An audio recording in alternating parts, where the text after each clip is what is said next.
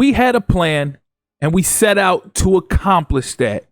And here we are with yet another recruit, Daryl Hodges out of Michigan, 2-star recruit, tight end, committing to the school, committing to the university.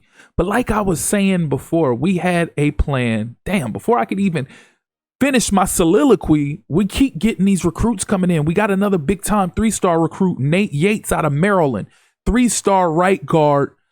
Before I go off on a tangent about what I was talking about, let me see if we got another one coming in. Is this the only two, or do we? Nope, we got another one coming in. A right edge, 2-star out of Ohio, Garrison Warren. This must be the week. I don't know if it's the win streak that's doing this. Look, four prospects. Now we have a cornerback, JP Niche out of Georgia, committing to the university. They're just falling in line. All right, and that's it. That's the amount of recruits. We got 4 recruits that committed to us after sealing a big-time victory over in-conference rival Miami of Ohio, 46-28, and it wasn't that close. They started getting those chunk run plays that really was a mental mistake by me, by taking a defender that was guarding a running back and trying to blitz the quarterback, so they was getting off easy TDs. But nonetheless, championship contender status is up. It's up to a C. We are moving up. We just got to keep maintaining. But like I said, we had a goal and we set out to accomplish that goal. We still got more to go, but nonetheless, we plan to knock off our next couple opponents, which happen to be top tier opponents in the conference, top 3, top 5 opponents in the conference. And that was Bowling Green, Miami of Ohio. I think we still got to face off against who is it that I'm thinking about? We still got to face off against Central Michigan. That's who the other school is. Central Michigan. We still got to face off against Central Michigan. We have Eastern Michigan coming up here for our next opponent. We'll be playing them at home. So hopefully, like I said, we can continue to maintain this streak that we're on at the moment, and we can keep reeling off these victories. Again, we started off 0-3.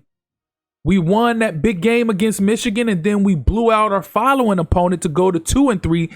Then we had a hiccup. We lost that game to go to 2-4.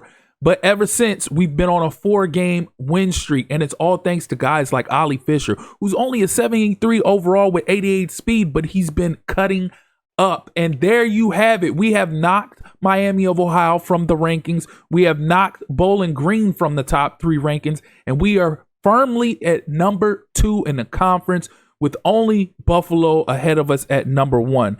And it seems like Central Michigan has fallen all the way off. Central Michigan is currently 12th in the conference, so we no longer have to worry about them going forward.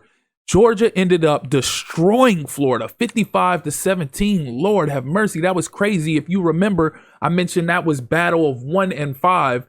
And it looks like Florida has fallen all the way down to 11, as they were ranked 5.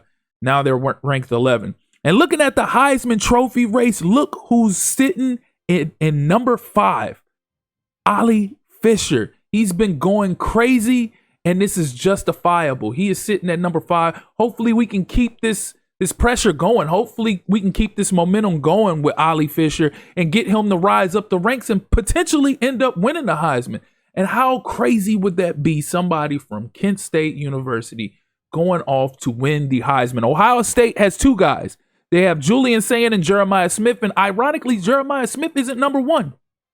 He is sitting at number 4. We have UCLA got Nico Iamaleava ahead of us at number 3 and Allen at number 2. So crazy Heisman race. We're sitting at 6-4. We're officially above 500, 2 games above 500, and we got momentum rolling for us. Let's go ahead and check out these statistics for these guys. So we're looking at Jaden Davis, who has over 2,400 yards and 22 TDs, but he does have 17 picks. But that was earlier on in the season. We have had a couple games where we had 2 or 3 picks, but he's also thrown for 5 or 6 touchdowns as well, or total touchdowns, should I say. So I expect him to have a breakout season this following season in year 3.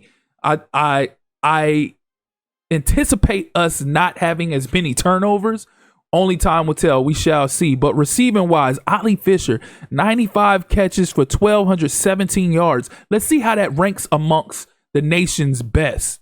Well, let me check out these sacks first. So we got Kobe Smith, 14 and a half sacks, 9 sacks for Juelis Walls. They are going crazy. Interceptions, we don't really have anybody going crazy with interceptions. But sack-wise, Kobe Smith and Juelis Walls are having a time right there. So rushing-wise, nothing really to see there. But we do want to check out where Ali Fisher sits as far as the nation's best in wide receivers, to see if it's justifiable for him to be at 5 or should he be higher. So currently he leads the nation in receptions.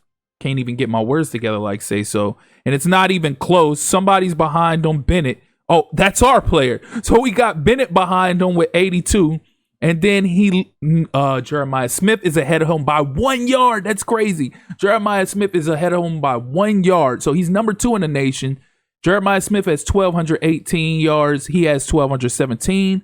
And touchdowns, we have Victor Snow is first with 16. Then we got Graham for Ohio State with 13. And we're tied at third with 11. So he's up there. He could arguably be higher than 5th in the Heisman running, but we got to put on better performances going forward. Even not saying that he hasn't been putting on great performances, but we have to put on better performances because the task is going to be tougher for a guy like Ali Fisher playing for a 1-star university in Kent State versus all these other guys who's putting up all these great numbers for these big universities. So we're going to have to work that much harder going forward to try to press to get Ali Fisher to win the Heisman. You got Cal ended up pulling off a big victory over Virginia Tech, who was currently ranked. So that knocked them down the top 25 a good bit. You got Clemson going up against Duke this week, which should be a good matchup, a big time rivalry matchup. And we have 165 hours to work with as far as recruiting is concerned this week. So we're going to go ahead and spend those hours diligently. And as you can see, we waited this whole season and just in time did our conference or championship contender status go up because Darren Ivey, the second school that was in the running, finally offered a scholarship. If we didn't have that show up in just enough time, who knows where we would be at right now. But because we did improve that in enough time to go ahead and go all in and send the house for him, you can see we created even that much more of a distance in this recruiting race to try to land Darren Ivey. So readjusting the board really quick, removing guys that verbally committed elsewhere and moving guys that already committed to us all the way down at the bottom so we don't have to worry about running into those guys anymore. And we could just focus on recruiting the guys that we have left to recruit. So Serge Bandy, free safety. He's a 3-star. We want to try to get him in for a visit. He costs 25, but we got the hours to work with. Why not?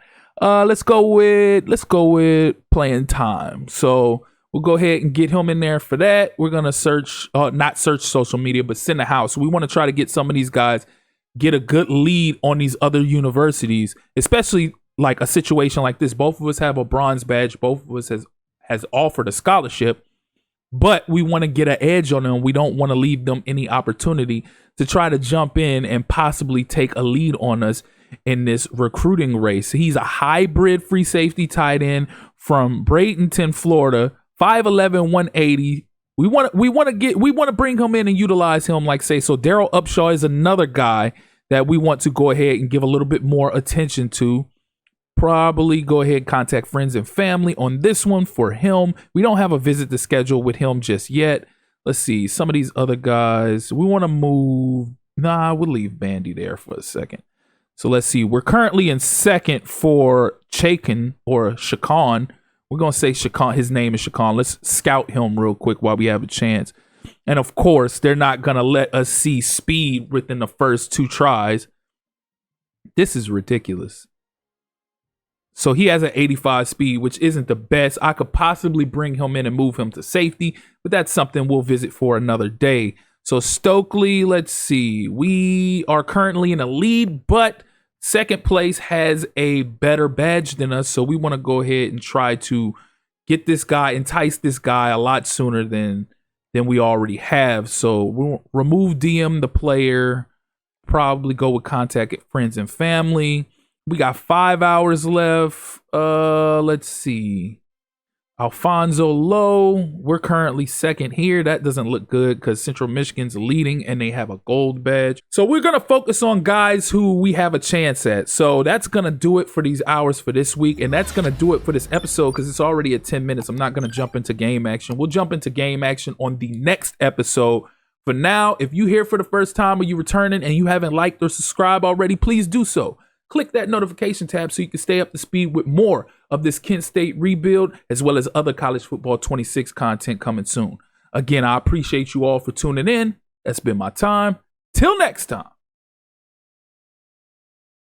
Peace.